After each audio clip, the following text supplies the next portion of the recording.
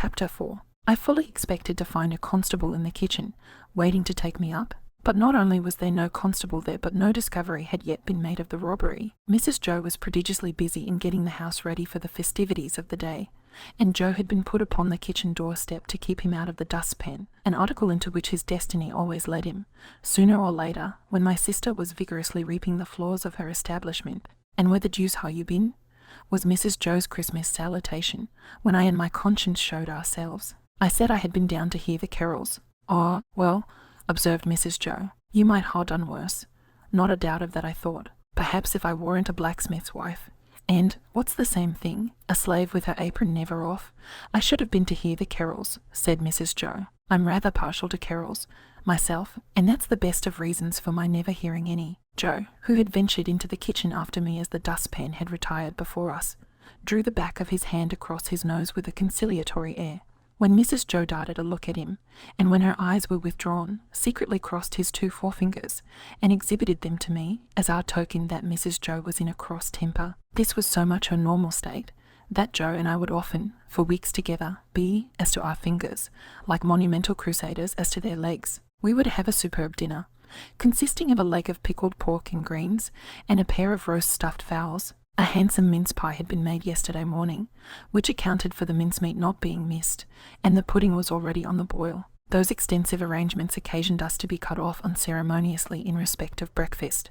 "For I ain't," said Mrs. Joe, "I ain't a-going to have no formal cramming and busting and washing up now, with what I've got before me, I promise you." So, we had our slices served out, as if we were 2,000 troops on a forced march instead of a man and boy at home, and we took gulps of milk and water with apologetic countenances from a jug on the dresser. In the meantime, Mrs. Joe put clean white curtains up, and tacked a new flowered flounce across the wide chimney to replace the old one, and uncovered the little state parlour across the passage, which was never uncovered at any other time, but passed the rest of the year in a cool haze of silver paper, which even extended to the 4 little white crockery poodles on the mantel-shelf, each with a black nose and a basket of flowers in his mouth, and each the counterpart of the other. Mrs. Joe was a very clean housekeeper, but had an exquisite art of making her cleanliness more uncomfortable and unacceptable than dirt itself. Cleanliness is next to godliness, and some people do the same by their religion. My sister, having so much to do, was going to church vicariously, that is to say, Joe and I were going. In his working clothes, Joe was a well-knit, characteristic-looking blacksmith. In his holiday clothes, he was more like a scarecrow in good circumstances than anything else. Nothing that he wore then fitted him or seemed to belong to him, and everything that he wore then grazed him. On the present festive occasion he emerged from his room, when the blithe bells were going, the picture of misery, in a full suit of Sunday penitentials. As to me, I think my sister must have had some general idea that I was a young offender whom an Incauchoral policeman had taken up, on my birthday, and delivered over to her, to be dealt with according to the outraged majesty of the law. I was always treated as if I had insisted on being born in opposition to the dictates of reason, religion, and morality, and against the dissuading arguments of my best friends. Even when I was taken to have a new suit of clothes, the tailor had orders to make them like a kind of reformatory, and on no account to let me have the free use of my limbs. Joe and I going to church, therefore, must have been a moving spectacle for compassionate minds. Yet, what I suffered outside was nothing to what I underwent within. The terrors that had assailed me whenever Mrs. Joe had gone near the pantry, or out of the room, were only to be equalled by the remorse with which my mind dwelt on what my hands had done. Under the weight of my wicked secret, I pondered whether the church would be powerful enough to shield me from the vengeance of the terrible young man, if I divulged to that establishment. I conceived the idea that the time when the banns were read and when the clergyman said, "Ye are now to declare it," would be the time for me to rise and propose a private conference in the vestry. I am far from being sure that I might not have astonished our small congregation by resorting to this extreme measure, but for its being Christmas Day and no Sunday. Mr. Wopsle, the clerk at church, was to dine with us, and Mr. Hubble the wheelwright, and Mrs. Hubble, and Uncle Pumblechook, Joe's uncle, but Mrs. Joe appropriated him, who was a well-to-do corn chandler in the nearest town, and drove his own chaise cart. The dinner hour was 1:30. When Joe and I got home, we found the table laid, and Mrs. Joe dressed, and the dinner dressing, and the front door unlocked. It never was at any other time, for the company to enter by, and everything most splendid. And still not a word of the robbery. The time came, without bringing with it any relief to my feelings, and the company came. Mr. Wopsle, united to a Roman nose and a large shining bald forehead, had a deep voice which he was uncommonly proud of. Indeed, it was understood among his acquaintance that if you could only give him his head, he would read the clergyman into fits. He himself confessed that if the church was thrown upon, meaning to competition, he would not despair of making his mark in it. The church not being thrown open, he was, as I have said, our clerk. But he punished the amens tremendously, and when he gave out the psalm, always giving the whole verse, he looked all round the congregation first, as much as to say, "You have heard our friend overhead, oblige me with your opinion of this style." I opened the door to the company, making believe that it was a habit of ours to open that door, and I opened it first to Mr. Wopsle, next to Mr. and Mrs. Hubble, and last of all to Uncle Pumblechook. N.B. I was not allowed to call him uncle, under the severest penalties. "Mrs. Joe," said Uncle Pumblechook, a large, hard-breathing, middle-aged, slow man, with a mouth like a fish, dull staring eyes, and sandy hair standing upright on his head, so that he looked as if he had just been all but choked, and had that moment come to. "I have brought you as the compliments of the season. I have brought you, Mum, a bottle of sherry wine, and I have brought you, Mum, a bottle of port wine." Every Christmas Day he presented himself, as a profound novelty, with exactly the same words, and carrying the 2 bottles like dumbbells. "Every Christmas Day," Mrs. Joe replied, as she now replied, "Oh, cleepum, blee, chook, this is kind." "Every Christmas Day," he retorted, as he now retorted, "it's no more than your merits. And now are you all bob bish, and how's 6 of halfpence?"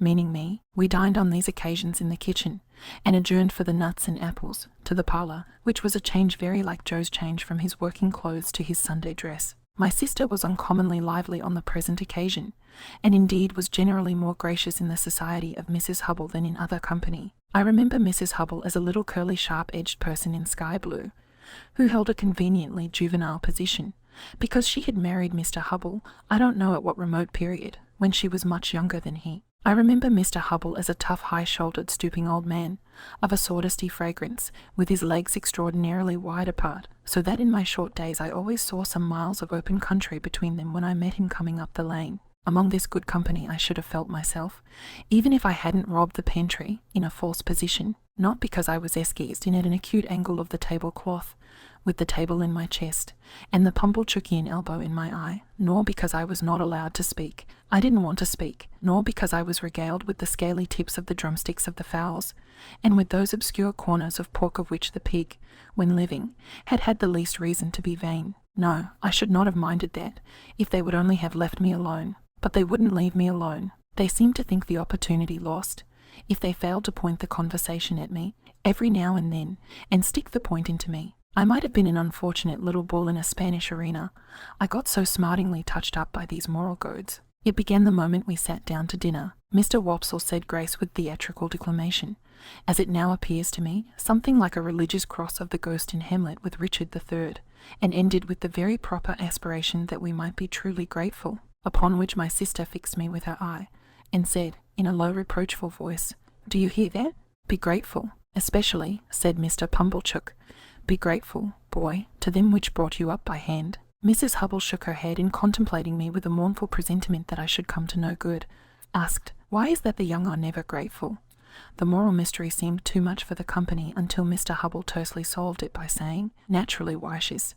Everybody then murmured true, and looked at me in a particularly unpleasant and personal manner. Joe's station and influence were something feebler, if possible, when there was company, than when there was none. But he always aided and comforted me when he could, in some way of his own, and he always did so at dinner time by giving me gravy, if there were any, there being plenty of gravy today.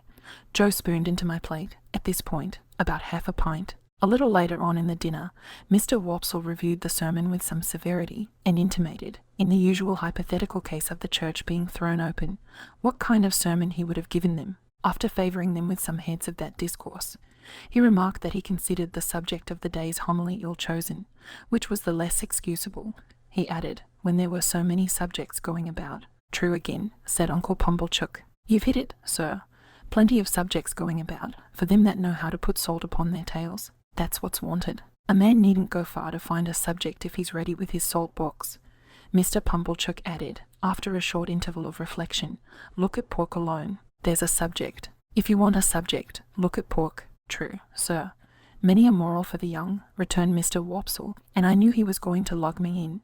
Before he said it, might be deduced from that text. "You listen to this," said my sister to me, in a severe parenthesis. "Joe gave me some more gravy, swine," pursued Mr. Wopsle, in his deepest voice, and pointing his fork at my blushes, as if he were mentioning my Christian name. Swine were the companions of the prodigal. The gluttony of swine is put before us, as an example to the young. I felt this pretty well in him who had been praising up the pork for being so plump and juicy. "What is detestable in a pig is more detestable in a boy, or girl," suggested Mr. Hubble. "Of course, or girl, Mr. Hubble," assented Mr. Wopsle, rather irritably. "But there is no girl present. Besides," said Mr. Pumblechook, turning sharp on me, "think what you've got to be grateful for. If you'd been born a squeaker, he was, if ever a child was," said my sister, most emphatically. "Joe gave me some more gravy." "Well, but I mean a 4-footed squeaker," said Mr. Pumblechook. "If you had been born such, would you have been here now? Not you, unless in that form," said Mr. Wopsle, nodding towards the dish. "But I don't mean in that form, sir," returned Mr. Pumblechook, who had an objection to being interrupted. "I mean, enjoying himself with his elders and betters, and improving himself with their conversation, and rolling in the lap of luxury. Would he have been doing that? No, he wouldn't. And what would have been your destination?" Turning on me again. "You would have been disposed of for so many shillings according to the market price of the article, and Dunstable the butcher would have come up to you as you lay in your straw, and he would have whipped you under his left arm, and with his right he would have tucked up his frock to get a penknife from out of his waistcoat pocket, and he would have shed your blood and had your life. No bringing up by hand then, not a bit of it. Joe offered me more gravy, which I was afraid to take. He was a world of trouble to you, ma'am," said Mrs. Hubble, commiserating my sister. "Trouble," echoed my sister, "trouble," and then entered on a fearful catalogue of all the illnesses I had been guilty of, and all the acts of sleeplessness I had committed, and all the high places I had tumbled from, and all the low places I had tumbled into, and all the injuries I had done myself, and all the times she had wished me in my grave, and I had contumaciously refused to go there. I think the Romans must have aggravated one another very much, with their noses. Perhaps they became the restless people they were, in consequence. Anyhow, Mr. Wopsle's Roman nose so aggravated me, during the recital of my misdemeanours, that I should have liked to pull it until he howled. But all I had endured up to this time was nothing in comparison with the awful feelings that took possession of me when the pause was broken which ensued upon my sister's recital, and in which pause everybody had looked at me, as I felt painfully conscious, with indignation and abhorrence. "Yet," said Mr. Pumblechook, leading the company gently back to the theme from which they had strayed, "pork, regarded as biled, is rich, too, ain't it?" "Have a little brandy, uncle," said my sister. Oh heavens, it had come at last. He would find it was weak. He would say it was weak, and I was lost. I held tight to the leg of the table under the cloth, with both hands, and awaited my fate. My sister went for the stone bottle, came back with the stone bottle, and poured his brandy out, no one else taking any. The wretched man trifled with his glass, took it up, looked at it through the light, put it down, prolonged my misery. All this time, Mrs. Joe and Joe were briskly clearing the table for the pie and pudding. I couldn't keep my eyes off him. Always holding tight by the leg of the table with my hands and feet, saw the miserable creature finger his glass playfully, take it up, smile, throw his head back, and drink the brandy off. Instantly afterwards, the company were seized with unspeakable consternation, owing to his springing to his feet, turning round several times in an appalling spasmodic whooping cough dance, and rushing out at the door. He then became visible through the window, violently plunging and expectorating, making the most hideous faces, and apparently out of his mind. I held on tight, while Mrs. Joe and Joe ran to him. I didn't know how I had done it, but I had no doubt I had murdered him somehow. In my dreadful situation, it was a relief when he was brought back, and, surveying the company all round as if they had disagreed with him, sank down into his chair with the one significant gasp, "Tar." I had filled up the bottle from the tar water jug. I knew he would be worse by and by. I moved the table, like a medium of the present day, by the vigour of my unseen hold upon it. "Tar," cried my sister, in amazement. Why, however could tar come there? But Uncle Pumblechook, who was omnipotent in that kitchen, wouldn't hear the word, wouldn't hear of the subject, imperiously waved it all away with his hand, and asked for hot gin and water. My sister, who had begun to be alarmingly meditative, had to employ herself actively in getting the gin, the hot water, the sugar, and the lemon peel, and mixing them.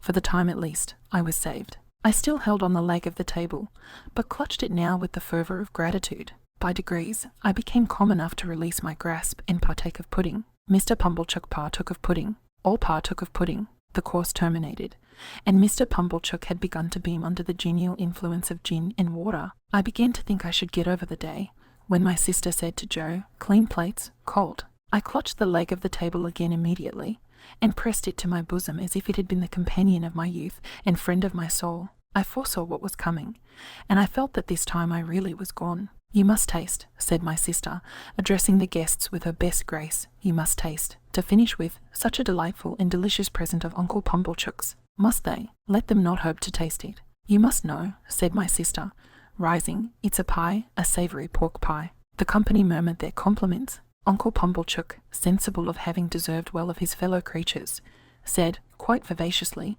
"All things considered, well, Mrs. Joe, we'll do our best endeavours. Let us have a cut at this same pie." My sister went out to get it. I heard her steps proceed to the pantry. I saw Mr. Pumblechook balance his knife. I saw reawakening appetite in the Roman nostrils of Mr. Wopsle. I heard Mr. Hubble remark that a bit of savoury pork pie would lay atop of anything you could mention, and do no harm, and I heard Joe say, "You shall have some, Pip." I have never been absolutely certain whether I uttered a shrill yell of terror, merely in spirit, or in the bodily hearing of the company. I felt that I could bear no more, and that I must run away. I released the leg of the table, and ran for my life. But I ran no further than the house door, for there I ran head foremost into a party of soldiers with their muskets, one of whom held out a pair of handcuffs to me, saying, "Here you are, look sharp, come on."